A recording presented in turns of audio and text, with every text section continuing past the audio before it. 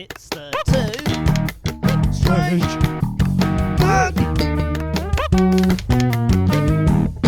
Okay, I know you're having a look and recapping on your your notes there because it's been a week. As we know, I don't matter. So carry on. It's fine. I've just whacked the podcast on. We've started. Yeah. It's basically one strange man and his little bitch.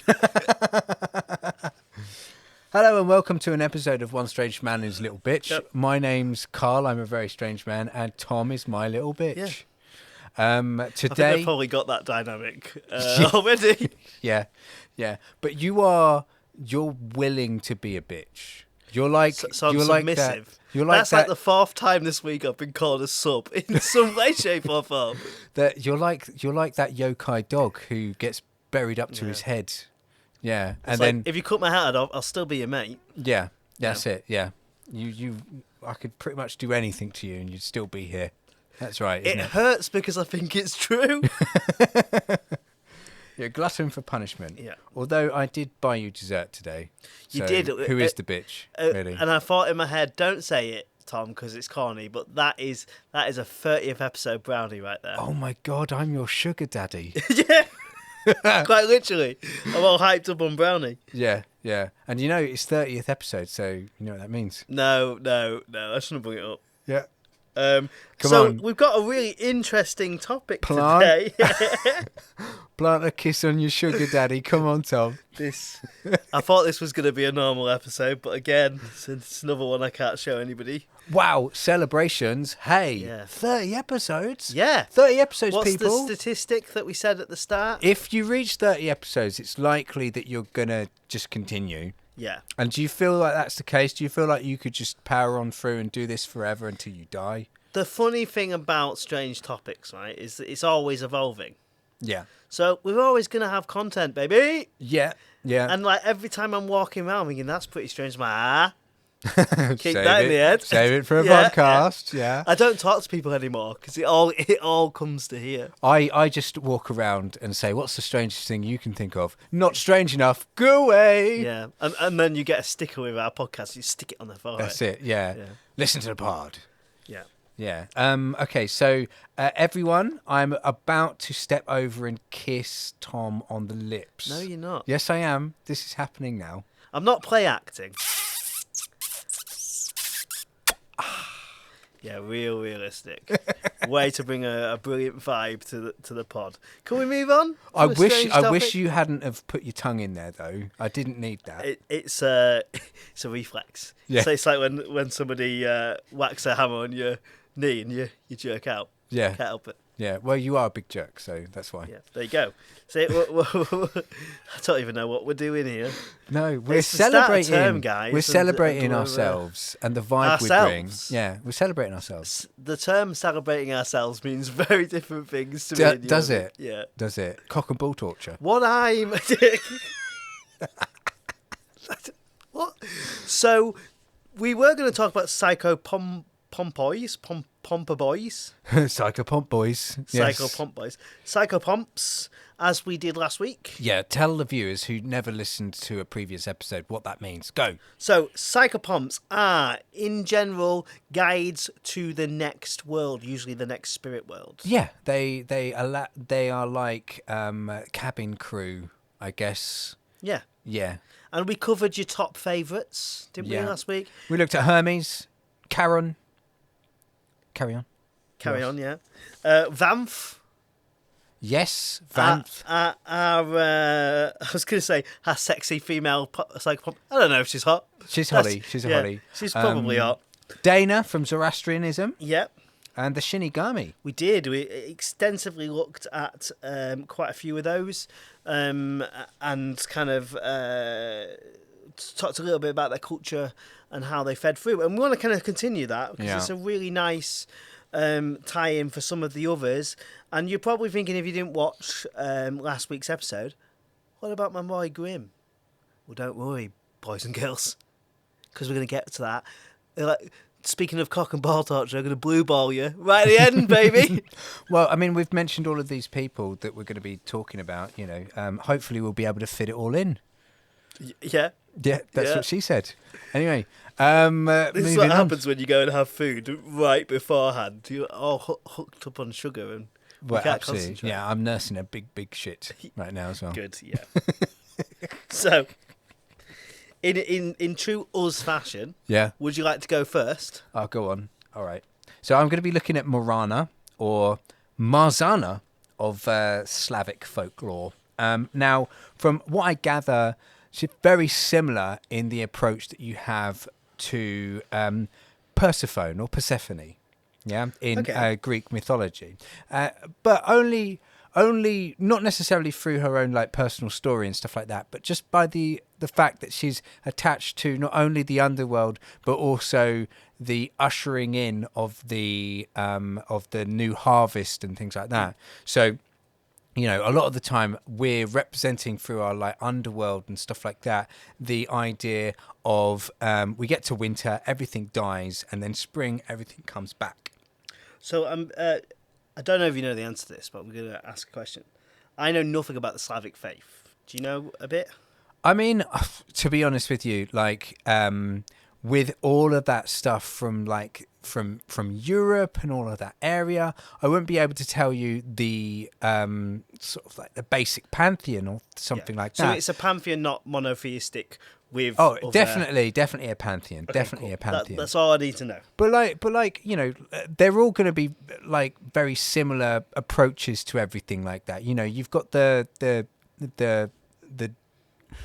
Scandinavians, right? And then they've got a god that makes all of the weapons, is maybe a god of war and stuff like that. And then you've got another god, and you've got another god, and they've all got like a purpose to them. It's like, the god of the hunt. Well, yeah, okay, you're going to have a god of the hunt, etc. Everyone's got that. It's like a checklist, isn't it? Absolutely. Have you got one for death? Have you got one for the hunt? Have you got one for sex? Yeah, who's the underworld one? You know, who's the prettiest one? Like that sort of stuff. Yeah. And I'm guessing Slavic is very similar. You know, for me, it kind of, I imagine it to be like an amalgamation of like Greek and a Scandinavian. Like, and I like together. to think that they look like that too. Yeah, they're just merged versions. Yeah. Do you remember back in like the late 2000s, the big thing was to like get two pictures of people and then merge them together to get like you'd like merge like Justin Bieber and another like celebrity and then you'd have a picture of just like this merge. We should do it for ourselves. Yeah. What, and have that as like a podcast episode? Absolutely. Just one strange man. Yeah. I think eventually we are just going to fuse into each other. One strange man with a split personality disorder. That's what this is. Yeah. And it's just the ramblings of like a crazy person you're listening to. I think it's really impressive that you managed to pull off a northern accent most of the time. And sometimes you talk over yourself. Yeah, but it's like James McAvoy in Split, where he can perfectly, like, he can even change his body and everything like that. Yeah. So we're just constantly morphing back to, like, from a northern stature. We have a stature. Yeah, you know how you like you hold your shoulders and stuff. Yeah. To like a southern stature. Yeah. Which is all like uptight. To like a working class. To like a middle class. No, I was waiting for that. Yep, good, brilliant. So tell me a little bit about Morana, a little bit more. Okay, all right. So she's specifically, she survives in today's culture mostly through the spring drowning and burning of Marzana, which is a ritual effigy parade followed by immersion or burning to drive out winter and welcome spring. Okay. So they're burning effigies, they're drowning effigies and things like that. A little bit like Straw Man. I guess so. Where they're burning that big kind of straw man. Yeah. And, you know, perfect for any sort of like horror film or something like that to go, oh, wait a minute, there's a human in there. Oh, no, I've got to escape. No, you're next, mate. You're next. The youths craft a female straw figure, the goddess, and they adorn it and they parade it through the village. Then they drown or burn it. You know that there's that one kid that gets too into it and is giving the straw effigy like badonkadonks and a big old bum, and like their mum's just like clips them around the ear. Like, take this seriously. Do you remember that episode of South Park, which was all about Britney Spears, where she got No. she got her head like shot off with a shotgun, etc. Yeah. But the whole thing was that like they were building up these pop stars as young people, and then watching them like decline and struggle and stuff like that until they like commit suicide and things like that. Oh, that's a bit too real, isn't it? Yeah. but like all of the townspeople at the end were like, you know, why do we do this, boys? For the harvest. For the harvest. That's funny. I'll watch that. Yeah, so like, you know, this is how I guess like Morana is, but like, you know, not an actual person going through all of this stuff. So yeah, there's a journey through town and then a crossing of water, and then the act of immersion kind of dramatizes a transition and the community's complicity in it. Yeah, so you've got to force the issue in order for the new season to come and stuff like that. I kind of feel like this is, you know, what's the word? It's annoying that I've kind of like added this in, because this would be perfect for like the eventual episode that we do on death and rebirth deities, where we can talk about Jesus Christ and all of them. We can bring her back. We can bring her back. So I won't really talk about it too much. Brings people back. But you know, through Slavic mythology, she is expected to be that person that's passing you through into the underworld, as well as this. Yeah. And I guess that's where you've got the similarities between Persephone and then this other Morana, a character. It's interesting that a lot of these have dual roles, right? And they kind of morph into other mythology.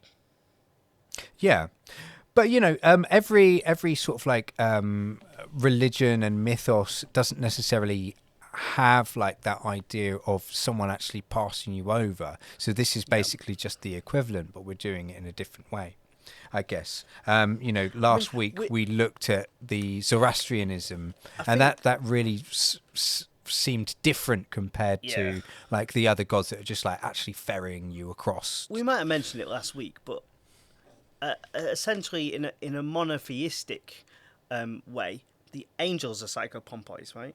Psychopomps. Yes. Some of them, anyway. Yeah, definitely. I mean, it's rare that you've got like angels being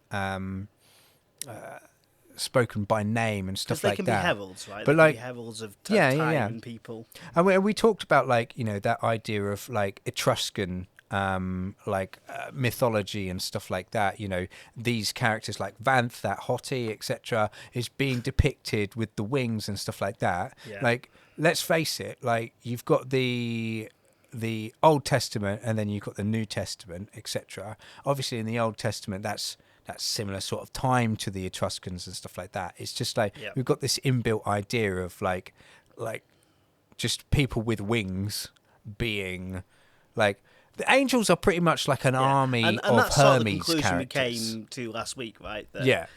This idea of kind of like wings and soaring up to heaven and that sort of thing. But you know, we talk about like the idea of like Hermes being so busy because he's got this job and that job, etc. Yeah. We even like named a delivery company based on that sort of process.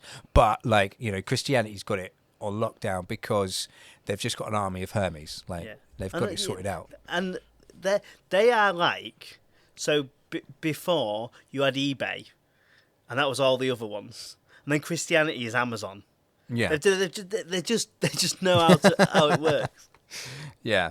Okay. So yeah, like going through this idea, she functions as a psychopompic like force of a season. So a power that escorts the year and then symbolically the people through death into renewal. So we're not talking about it on that level of like, you know, you dying, but it's the season. It's within there. And so she's very similar to those other ones that we'll probably talk about more in another episode.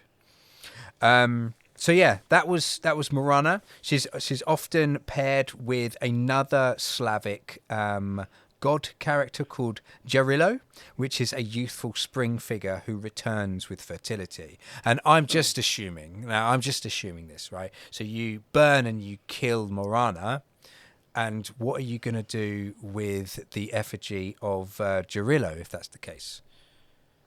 What's the opposite of that? Are you gonna bring it to your bed, Tom? Yeah, What do they do? I knew that's where you were going. Because it's the god of like youthful spring and fertility. I don't think they make an effigy fertility that you need to do anything to. Maybe you just put it by your bedside. You don't need to be. I've told you this before. You don't need to put your man parts in everything. Do you think that there's an ancient Slavic body pillow of Gerillo? Do you think? So, I know what you want me to say, and I know what I think. So I'm going to go with what you want me to say. Okay. Which is, yeah, I think it's made of like really, really soft hemp. It's got a little opening. Like, no, I don't fucking think there's a Slavic body pillow. I don't want you to become that, because like our whole dynamic is ruined. Like you're the guy, I say the weird thing, and you go, oh. Because realistically, it's one strange man, and then it's a guy that's like, that's ridiculous. Let's move on. I'm your referee, basically. I think you need to be a bit more discerning. Sometimes go in with it, like use your what's the word? What do they call it? Your abilities as an actor when you have to think of something on the spot. Am I getting reviewed on air? Is this what's happening? Yeah, just like sometimes you got to do a bit more ad libbing and like be a bit more chill with these things and go yes and then other times you got to be like no. How would you like me to say that? Roll of the dice? I think it's up to you. You're a big boy. You can work it out. See, 30 episodes in, still teething problems, folks. Yeah, that's it. Also, can you stop chewing on the microphone as well? Yeah, it's a habit. Yeah. I just see it. It looks a little bit like a corn on the cob. Oh, I'm in. Oh, yeah. It does a bit, though, doesn't it? Does it? Oh. They definitely heard that. Yeah, he actually bit that. So, moving on, and I wish it was a clear segue, but it's not. What else do you need? That was perfect. Perfection. So we mentioned this guy last week because I did an amazing thing for his name, and no one could be offended ever. Mm. It's Hey Ba Wu Chang. When you're trying to pronounce something that you're scared of being racist about, why do you cough? Like, it's almost like you're vomiting out the word. It's like I get like a physical. You have to like impairment in my throat. Shall I do it? Go on. Hey Bai Wu Chang. Hey Bai Wu Chang. Which is in English black and white impermanence, and this one is a little bit different to the other ones we talked about because it's not one entity, it's a duo of entities, two kind of underworld officials, if you will. So it's actually two people whose job is to escort spirits and enforce their fate. Yes. So they're not just going, oh, here, it's, oh, they've told me that you need this, so I'm gonna have to do that. Yeah. So yeah, they're often called generals. Fan. Oh, here we go. Are you ready? Fan Wuji, which is the black guard. Yep. And Zhu Bayan, the white guard. So we've got this kind of this spiritualism that's in kind of the East, the yin and yang. That's similar sort of thing. You got the white and the black, hence the white, the black and white impermanence. Yeah, right? yeah. Works out. And you see this a lot within the East Asian faiths. This idea of duality and black and white and yin and yang. Iconography distinguishes them with coloured robes, which I think is pretty cool. Obviously, with all of these things, when you Google them or have a look, that their sort of image changes an awful lot, but that is something that's pretty consistent. And inscribed in their tall hats, so imagine a really tall hat, you have peace to the world, become rich upon encountering me, or you have an ominous one, which is arresting you right now. So obviously these are English translations. Yeah. So it's a bit pidgin English. Yeah. But there'll be inscriptions on their tall hats that kind of give you a vibe of like, which one is which. Like we joked about the Mount Olympus, if it was run more like a corporation, what would be the hierarchy there? Yeah. Like, but this actually is that, isn't it? Yeah. Because like well, they're officials, right? Yeah, they're this is their officials, but job. they're also subordinates of like Yan Lu Wang, who's the underworld supreme judge. So there is literally like an office here with different departments and things like that to deal with. It's a bit mad. What I think is even crazier is so one carries a chain and the other carries a fan, which is a personification of like the whole carrot and stick morale. Rewarding virtue, prosecuting vice, but really their job is to kind of usher people in, and then the judge character, the Yanlu Wang, the Supreme Judge, he might go, hey, that guy's a bit of a twat, so give him 15 lashings, and they're like, yeah, okay. Yeah. And they go and escort him, and then it's like, sorry, dude, we got to give you 15 lashings. So they are almost kind of like, policemen in a way. Isn't this weird how this is all evolved? So like, it's like the Chinese had this mythology after they had civilized society with laws and governance and things like that. It's like they had that first. And then they gone, oh, well, we're going to base a mythology around this. Well, these guys have got a backstory. Yeah, okay. Like a proper backstory. And sometimes I think with these mythos, it's just like really creative authors that are like create these amazing worlds, and they never get any credit for it. Yeah, like the yokai encyclopedias all came off the back of like one guy. It's amazing. Yeah. So there were two constables, hence the whole idea of like, police. So these two constables that would later become the Black and White Impermanents were to meet beneath a bridge while chasing an escaped convict. One waited despite a flash flood and they drowned. Yeah. The other, arriving too late, hanged himself in grief of his friend passing away and not being able to catch the escaped convict. Yeah. Heaven then rewarded their loyalty by appointing them the Guardians of Impermanence. Okay. So they died through this kind of horrible accident while they were on the job, and Heaven was like, "You guys are down to pound. Yeah. You guys are awesome. Let's make you these mythical things." Yeah, absolutely. But then Heaven, does it have a HR department? Does the Chinese Heaven have a HR department? There must be someone processing it, right? Yeah, because like there needs to be established that there is a vacancy there needing to be filled, and then they didn't have that. To understand this, you need to understand that in the Chinese religion at the time valued this idea of duty. Yeah. And we kind of see that still in the East, right? This idea that this duty to your workforce, the duty to your family. We see it in China, we see it in Japan. It's still very much instilled in their culture, isn't it? Respect overall, and this idea of the duty that you have for your family and your loved ones and your country. Yeah, it's still there. Yeah, it's still ingrained in there.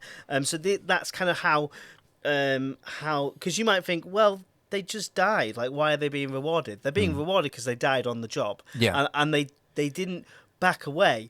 They were relentless in their pursuit of their duty. But also, they were being rewarded because Yan Lu Wan went to Heaven's finance department and you're really not dropping that HR thing, are you? And put in a request to have his staff increased, and gave a business plan as to explain why he needs to have 2 custodians and stuff like that, and then filled out the proper forms and stuff like that, and it went through HR made the vacancy, and no one actually applied for it. So when 2 noble people died, they decided, well, okay, we'll give it to them as a reward, and then we'll sort it out. Alternatively, you just went, yeah, them two will do.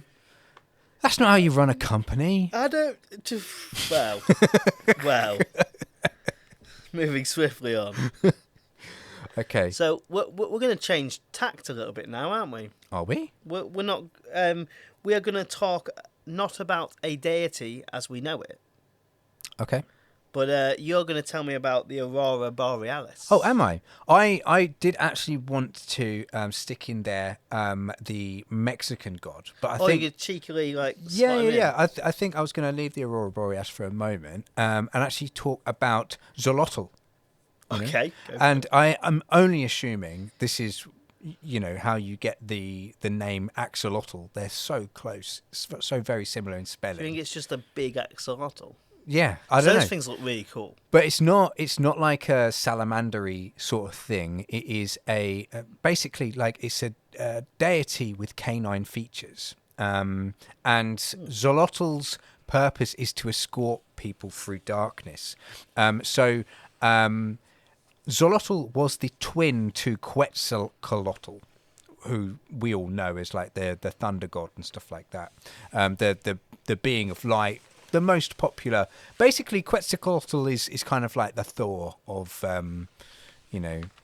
Mexican stuff, isn't it? Like the golden child, right? You're telling me like I know. I'm assuming so. Like Yeah. that's always the one that's put on the front of everything. Oh, I know the one with the hat. Yeah. Yeah. I guess so. See, It's more like I only know these things originally from like playing Final Fantasy, and it was like one of the the god creatures that you could like capture and then use in your battles and stuff like that. The Thunder one was always like a Quetzalcoatl sort of thing, wasn't it? Yeah, I suppose so. Yeah. The dude with a giant beard. No, someone else. I'm digressing, so we'll move on.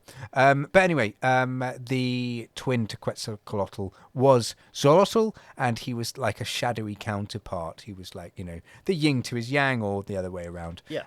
But his purpose was to guide souls through the treacherous levels of the Mictlan, the land of the dead.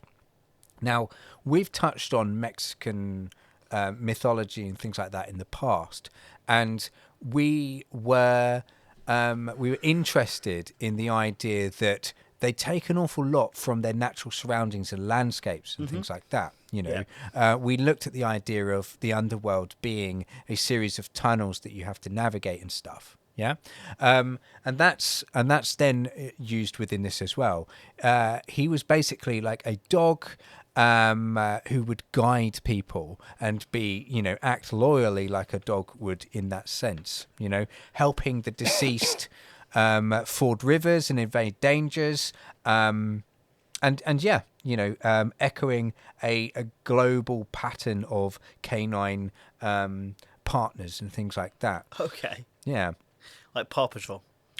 Exactly like Paw Patrol. I'm here to keep it like, non-academic.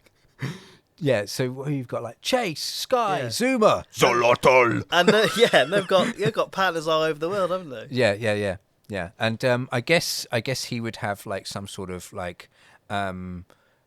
He'd be super fast, right? Lightning powers. No, not lightning powers. Because that's his brother, I guess. Oh. Yeah, but he'd have like some sort of like underground vehicle that can dig underground. Yeah. I like that. Yeah. But anyway, so he's like a deity, but an animal guide. So he is fairly deformed in appearance. He is savvy with the underworld, and he's intimately connected with the evening star, and forms of reversal and rescue. So he's sometimes a master of escaping sacrifice or transforming to evade capture. He's a slippery boy. He's a shifty boy, that sort of thing. Don't you think it's interesting that most of these underworld characters are not good looking? Yeah. I'm getting big Caliban vibes. If you know like the Tempest from Shakespeare, I'm getting big Caliban vibes from him. Yeah. Caliban. That needs to... Oh, massive Caliban vibes right now. That's it. Out of all the Shakespearean characters, what vibes do you get from me? Mercutio, you're destined to die. Oh, really? Yeah. I always thought Big Edmund the Bastard vibes. Yeah? Yeah.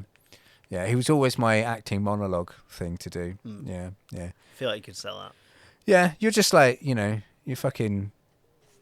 Romeo, I guess. Yeah. Benvolio. Yeah, I can see that. Yeah, Benvolio. Yeah. Anyway, moving on. So he accompanies souls. He assists in cosmic recreation and binds the human condition to a cosmology of cycles, debts, and dues. So the afterlife journey in central Mexican thought is famously arduous. So there are 9 levels. There are rivers of obsidian, mountains that crash together, winds that flay. Having the right guide is not a luxury, it's survival. Yeah. What is interesting is that part of Mexican ancient culture was the idea of burying a dog with the master or with the dead person so that it would have a dog guide. Okay. And there's a specific breed called the Xolotiscuintli. I'm just seeing the word cunt in there and I'm just wanting to pronounce that in there. It's just psychological. So Xolotiscuintli, or Zolo, it's sometimes called. It's one of several breeds of hairless dog. I knew it was going to be a hairless dog. Yeah. I mean, there's a lot of them back there, isn't there? Yeah. Like in Mexico. Back there. Yeah. Over the road. Yeah, up there. But there's a standard size, there's an intermediate size, and there's a miniature size, which is interesting to What know. does that even mean? Yeah, I don't know. It's like buying a coffee, but yeah. Be like, if you want a really good chance, go slaughter a big boy. If you think you can do it on your own, go get a miniature one. Yeah, but they've often been found in burial sites of the Maya and the Toltec people. That's sad, isn't it? Yeah, but Why I mean, are we like, always like trying to cut dogs' heads off? yeah. But like, you know, we were talking about like Chinese and stuff, like or the Egyptians, like there's quite a few of them that just like, fuck it, I'm dying, but all of my slaves are coming with me. Yeah. Yeah, mad, it can get isn't it? pretty brutal, can't it? Yeah. If you're just doing a dog, then come on. There's no such thing as just doing a dog. I'll allow it. Well, I'm glad you, Supreme Judge, and what are you, Wan Chang or whatever his name Well, is.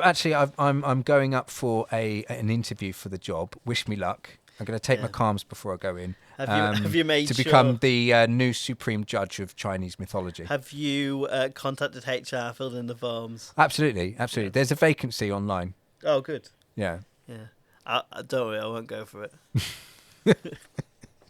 You'd instantly get it, wouldn't you, you bastard? Yeah. Yeah. But he looks like a good time. They say, who, Tom? The Tom? Well. The Tom. But we've established I'm not real. And that it's just you and a manifestation of you, remember? Well, I thought it was the other way around. Who's the real one out of both of us? You. You just say that with so much conviction. Yeah. Fine, it must be the case. Yeah. Unless you are trying to do a double cross on me. No, you are 100%. If one of us isn't real, I am the NPC. It's fine. Okay, good to know. The stats are too good. I'm not going to argue with you. Yeah. It doesn't make for good pod entertainment. I'm just going to go yes and. Yeah. All right. Okay. Moving on. So I would love to talk about Aurora Borealis, but I've just talked about burying dogs. Yeah. No one needs to listen to your stupid voice anymore. Sorry, that was mean. Yeah, but that's okay. It's just self-hate because we're the same person. Yeah, exactly. I just imagine you in a room just breaking down and just talking to the mic and just pausing, getting into character. This actually takes you like several hours. Yeah. And then you're just overlaying. Yeah. I'm I just add the northern accent effect on the over the top. Is there like an audio that you know how like people like have a piece of paper on Reddit and they have their username and it's like I'm real. Is there an audio AMA. version of that? Yeah. No, there's not. So let's go Called a telephone conversation, Tom, and it's on fucking radio, talk radio, isn't it? Yeah. Why are you getting angry? Because it's obvious. Right. So let's talk about Samuel Okay. Jackson. Yes, absolutely. So Jewish traditions we're going to now. Samuel occupies a complicated portfolio across the Jewish texts. I'm reading that. You can tell I'm reading that from somewhere. A complicated portfolio. Yeah. So with the Jewish texts and law that came later, it's in a state of flux, right? Like things change quite often. Using Christianity as a base, Old Testament, New Testament. Yeah. And it's difficult to keep the waters clean. You might end up talking about something that's specifically of the Jewish faith, but has then just been manipulated in things, and you find a version of it very, very similar in Christianity and also in Islam. You know? I mean, like if you've read the Torah, there are, and like if you've read the Bible, the Torah, and the Quran. modern interpretations, there are crossovers. Yeah. So of course, yeah. there might be some things that seem quite similar, and then others seem wildly different. Right? Yeah. So it's usually quite an angelic figure linked with accusations, severity, and in some interpretations, the angel of death. So we were talking about angels being, heralds for people. This is the angel of specifically death. In some kind of interpretations, they function as the angel of death and can belong to the main angel of death, which is I'm going to try this, Malaka Mavet. Malak HaMavet, the angel of death. Sometimes they're distinct, but sometimes they are linked directly to Samael as well as the same person. So, funnily enough, our little stupid thing of like we're connected, we're not connected, kind of like segues into this a little bit. Purely on purpose, I assure you. It doesn't happen a lot, but like, say for example, in like the New Testament, you would have like an angel summoned to go around and execute things. So and with that idea, even though Samael shifts and is sometimes a separate entity, sometimes it is this other angel of death. It's this idea of like they can be an executioner, a tempter, an accuser, or sometimes a simple escort. So, like most of these, it's transferable of what they are. Sometimes they are like the Grim Reaper, and they are actively taking you from death, and other times they're kind of tempting you. They might be tempting you to take your own life, and other times they are a simple messenger and a guide. Yeah. So it's really transferable. Samael is adversarial in nature, in a lot of the interpretations, and can be a prosecutor before the divine court. And I love that image, that there's this like badass kind of angel of death, and he's just in his little suit, like, you're going down, you little fucker. Yeah. If it's British, he has all of the white curls on. The wig. Yeah. And again, it's this idea of kind of the judicial system becoming quite corporate again. Yeah. This idea of hierarchy comes in here as well. But in folklore, the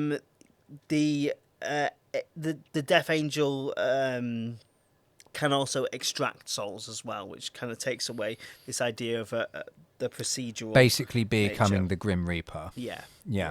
So there's no, like, it changes quite a lot, but the idea is Samael is the personification of death. Yeah. But the way in which Samael goes about that changes depending on the interpretation and the text that you're reading. Which I think happens a lot within sort of like I would say, the kind of the monotheistic faiths. Yeah. I wouldn't say the Jewish faith is a monotheistic faith, but it kind of lends a lot of the same kind of ingredients, right? Yeah. And Samael isn't a god. Yeah. The thing is though, like this idea of like pantheism and monotheism kind of goes out the window when you are basically saying that there is one true God, and this means that this religion is monotheistic. Whereas a Greek thing is, there's loads. Yeah. But basically, God, compared to Zeus, is just giving himself a pay grade. He's like the Jeff Bezos in a company that has loads of like Hermes, like, could have been gods. Like Hermes was a god, but he's got the same powers. He's got loads of executives around. Yeah, exactly. All they're doing is giving themselves a promotion and other people a demotion, to the point where it's like, well, they're no longer a god for this, a god for that, a god for the other, but we've just got loads of helpers that do shit. Yeah. Well, I think the business analogy is pretty cool. Yeah. I think it works. It works in a lot of ways. So shifting then over. Talk to me about the Aurora Borealis, please. Okay, all right then. What do you know about the Aurora Borealis? I know it's a constellation, right? No. I don't know. Probably. Who knows? I'm not here. I've not done any research. It's a thing that exists. But tell you what I can do for everyone here, I can read something that I researched like a couple of weeks ago. So auroras are the result of disturbances in the Earth's magnetosphere caused by enhanced speeds of solar wind from coronal holes and coronal mass ejections. Yeah. These disturbances alter the trajectories of charged particles in the magnetospheric plasma. These particles, mainly electrons and protons, precipitate. I mean, it's pretty. They look cool, right? Yeah. But when you actually realise what they are, that's kind of terrifying. Yeah. It's a resulting ionisation and excitation of the atmospheric constituents, which emit light of varying colour and complexity. So it's basically like natural fireworks, isn't it? Because it's all attached to solar flares and stuff. Have you ever seen it? I've not gone abroad to see it where it's quite prominent. But when it's kind of like come into our... Yeah. So very small amounts. I did like a little experiment with, I think, the night mode of my camera where I was able to see some little fancy trails and stuff like that. But I've never seen it with my naked eye. What about yourself? This summer, Yeah. It came through, didn't it? It was difficult to see with the naked eye, but Yeah. I went out with a camera and captured some beautiful spots. It's made me really want to go to that part of Europe to have a look at it, to be honest. Yeah. But you know, when you get to the brass tacks of what it is, like most things steeped in beauty, it's also really dangerous. Like when you get to the thing of it. So how does this kind of phenomenon then link to psychopomps?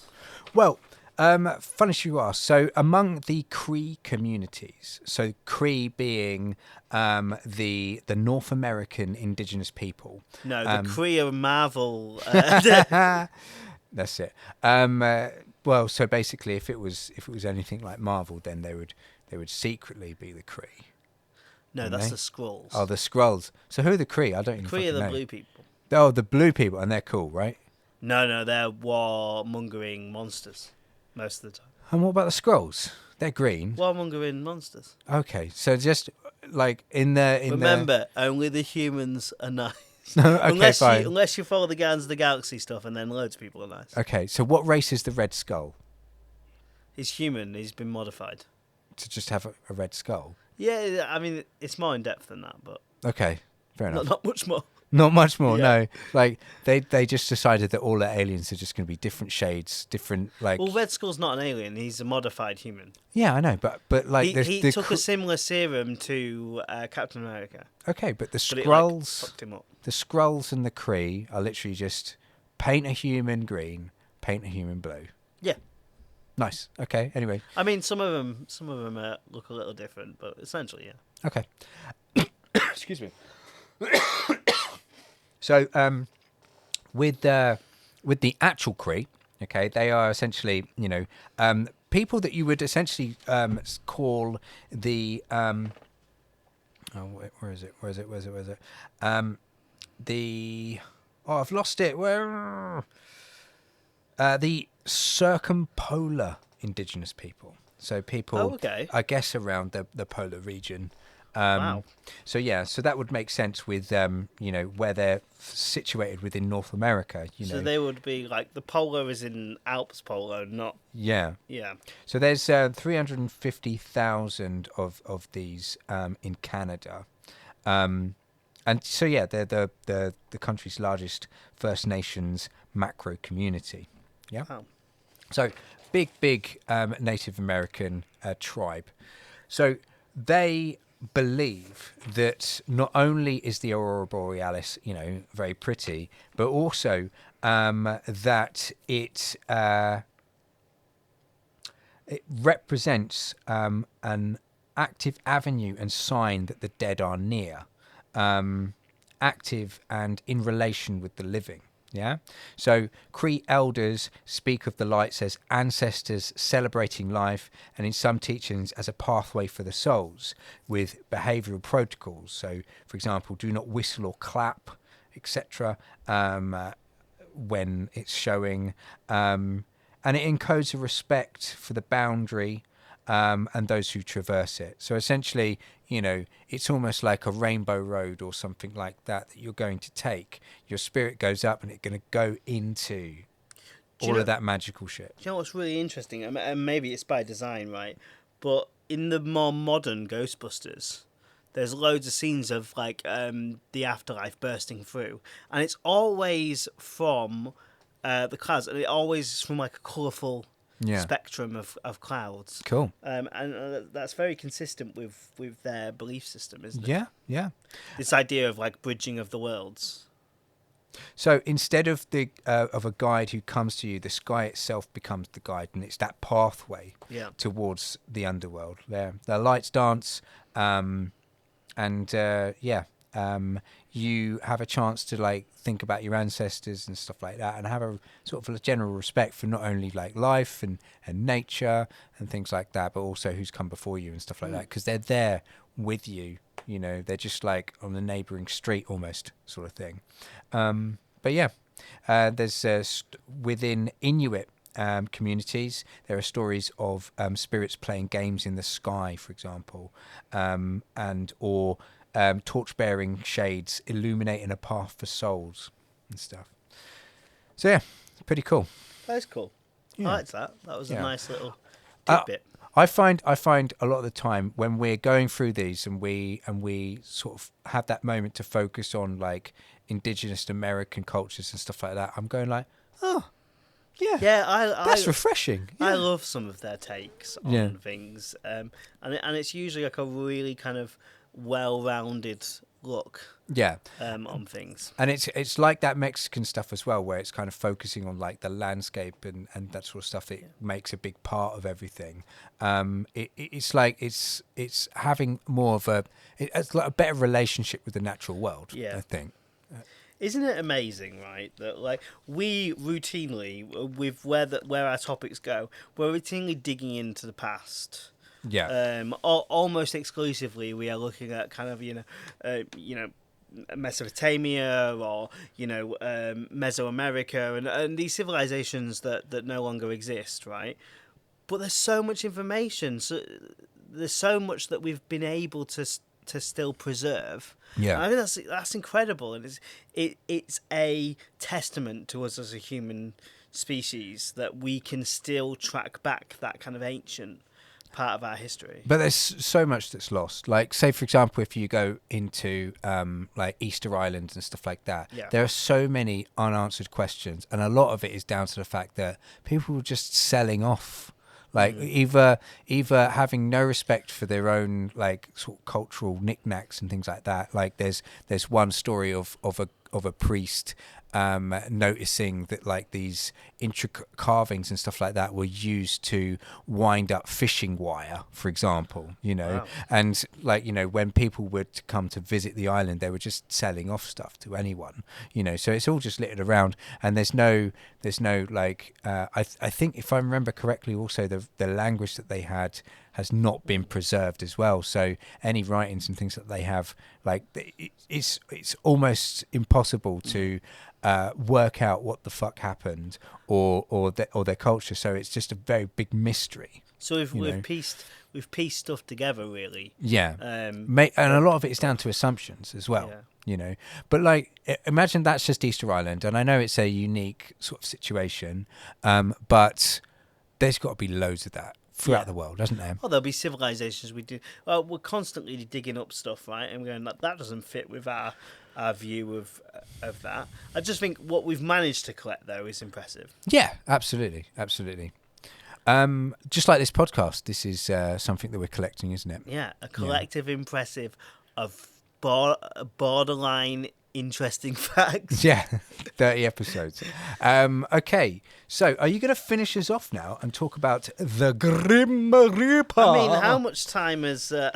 don't say that, Thomas. I was going to say, how much time has Daddy got to play with? As much time as you need, Daddy. Okay, swallow the vomit. So yeah, I did kind of say that I would go over the Grim Reaper, didn't I? Yes. And let's just let's get physical. Yes. We are. I think if you are tuning in from a Western country, you're probably very familiar with the idea of Grim Reaper. Yeah. What I find interesting, and this is kind of being a bit meta now, is when we were doing our research, mainly when you were doing your research, and we were looking at Psychopompos, we fought really hard to try and get the Grim Reaper on the list, didn't we? Yeah. We just didn't want to give you the Grim Reaper as a Psychopomp. Yeah. And I think that's interesting. You can come up to your own conclusions with that. Yeah. You know, why we found it harder to find stuff on, you know, the Western personification of Are you death. talking about our conversations with AI? Yeah. Yeah. Okay. As opposed to, you know, what we would consider the lesser known. Yeah. Interesting. So the Grim Reaper usually is visualized with the big hood, the big kind of scythe. It is not its only visual interpretation, though. Yeah. Sometimes it is a angel with like black wings and black features. Yeah. Other times it's been the personification of the Black Death. So in some iterations of the Grim Reaper I've seen, they've actually worn like a plague mask.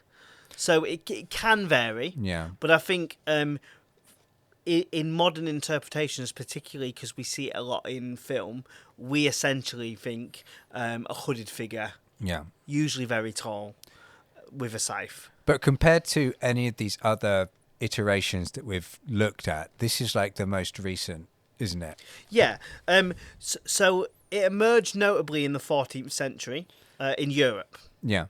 And it was amid the Black Death pandemic. Yeah. So usually you can tie these sorts of personifications of death with an event. Yeah. Right. And because this is a more modern than the rest of it, we can tie it to a specific event, which is Black Death. Yeah. I'm sure if we were doing this podcast in Roman times or Greek times, we could probably tie that deity to a specific event because we would have that information. We're talking earlier about that loss of information. I'm sure we could tie all of these to key historical moments. Yeah. I mean, much like you could, what's the word? See the similarities between Father Christmas and all sorts of other things. Yeah. Is it the Grim Reaper is kind of like the opposite of like a Father Christmas in a way. Yeah, isn't it's interesting because obviously Black Death pandemic was horrific for Europe.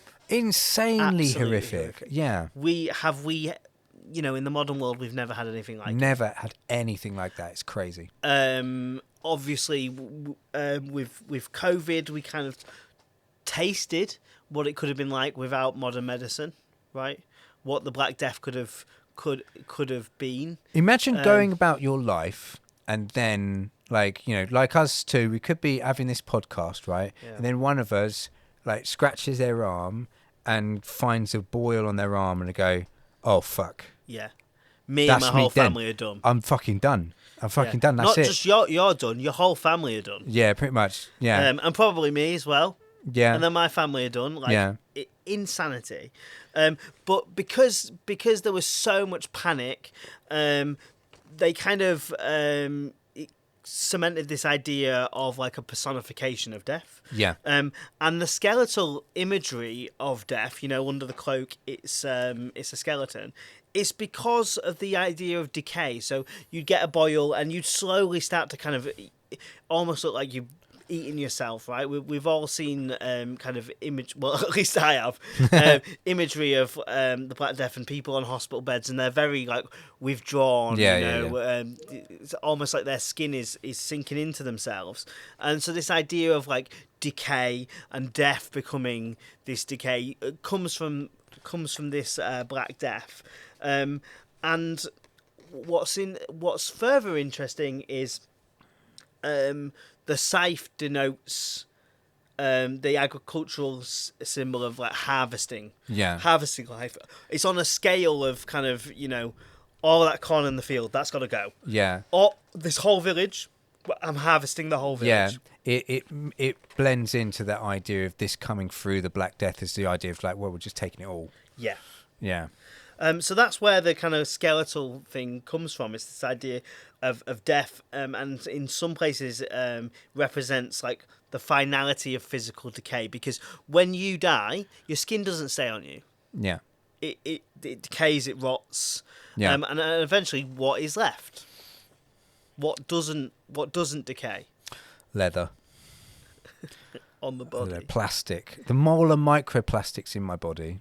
Usually, the skeleton is left behind. Oh my God, that's so crazy. So like, in the future, when archaeologists find like a grave or something like that, and they like, they excavate it, there's going to be like the skeleton, but also piles of microplastic. Probably, yeah. Yeah. Then the black hooded robe is also a prominent feature because it echoes funeral garments from clergy. Yes. From clergymen. So we think that, just scary. It all has a purpose. And then, as I said before, the scythe is a metaphor for harvesting human lives. Have you ever seen a Grim Reaper with an hourglass? Possibly. Yeah. It usually does have some sort of watch. That's just a visual storytelling way of saying, your time is going to run out. Your time is up. Yeah.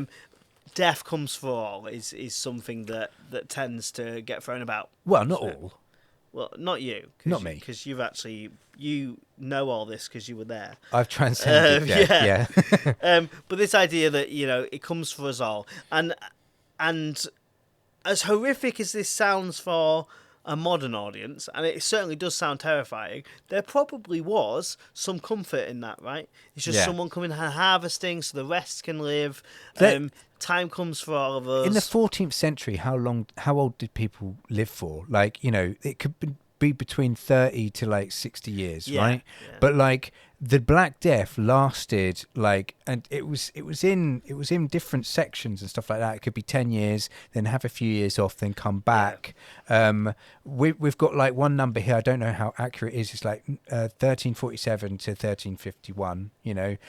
That's at least one time period of it. But like, people could essentially like most of their adult life or definitely their whole childhood dealing with the Black Death or the Black Death. Yeah. So like this idea of death was so pervasive. It was pretty much to them like, a Father Christmas sort of character. And that's interesting because although the Grim Reaper did no judging, he was a guide. He is seen as a much more like dreadful character as the other psychopomps. So although he's not going, well, I'm just going to take you because he's still this fear of death was more pervasive within Europe at the time. Yeah, because it must have been on everyone's thoughts all the time, right? Yeah. Because there was a deadly disease out there, so you would be constantly thinking of death. What's interesting about death, kind of like a lot of the other psychopomps, is they take from all social ranks, which death does. Yeah. Like your lifespan is not dictated by your social status. Like celebrities die, kings die. Like, okay, if you have a comfier lifestyle and a healthier lifestyle, you might live longer. But certain diseases come for all, regardless of... An average life expectancy is an average life expectancy. It would be interesting to note, like, say, for example, how long Tom Cruise will live for. Yeah. Do you know what I mean? Like, I'll tell you a bit of a personal story, right? Because we always go, oh, well, if you live comfortably and you eat well, your life expectancy will go up. My granddad, he's alive, by the way, before we... Yeah. But my granddad... He's 205. Was the healthiest guy growing up I've ever known. Yeah. He didn't smoke, he didn't drink, he ate well. Yeah. He looked after himself, he exercised. When he was 50, he had a heart attack and almost died. Yeah. My nana smoked. She didn't eat well. She didn't exercise as much. She did all the wrong things. Yeah. And she didn't get sick until she was like way into her, like nearly 70. Mm. So for all the will in the world, you can do all the right stuff, but you can still get sick. Yeah. And, I think death in a lot of it's down to a lot of the time. It's down to genetics. Yeah, I guess. Yeah. And luck. Yeah, a lot of luck. So yeah, in some traditions, the Grim Reaper is also merged with like the Horseman of Death. Yeah. So they're kind of interchangeable. Who rides a pale horse in kind of like apocalyptic imagery. We all know the four horsemen of the apocalypse. That's it. So, death is usually one of those horsemen. Yeah. Within that. Yeah. Within I think that's got to be the origin to all of this, really. It's like it's become like it's almost like the Black Death gave the Grim Reaper a spin-off series like separate to like the Bible, which is only barely mentioned. He's mentioned in like Daniel's dreams, but other than that, nothing really else. But yeah, they've really sort of like turned him into something with all of this other stuff. This is interesting. So obviously, like death as a manifestation was quite prominent and scary during the medieval times. But scholars have noted that since then, like through the Renaissance era and later, elderly people seem to find comfort with the idea of the personification of death. Okay. Of this idea of being led, even though the main archetype of the Grim Reaper is to be quite cold and remote and just quite subservient to the job.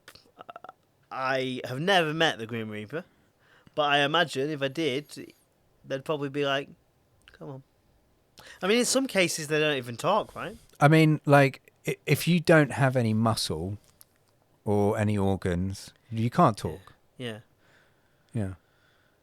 Yeah, you probably can't do a lot. You can't do a lot, can you? You also can't like hold a structure or anything like that. Yeah. So I think I'm beginning to think all of this is a bit of nonsense. Do you know what I mean? Oh, stop it! No, no non-believers here. Thank you I very don't much. believe in the Grim Reaper, Oh. and because I don't believe in him, I'm not going to die. We'll see how that lasts. Yeah. I say as I cough, like he's got me. What's that? That you got boiled there, mate? Oh no! God. Oh, I'm scratching it. It's going everywhere. Thanks for listening. Here's a disclaimer. We are not experts. We can easily get things wrong in an episode. Our intention is to explore and open up the possibilities for further exploration. Come find us on Twitter, Facebook, Instagram and YouTube. We would love some interaction.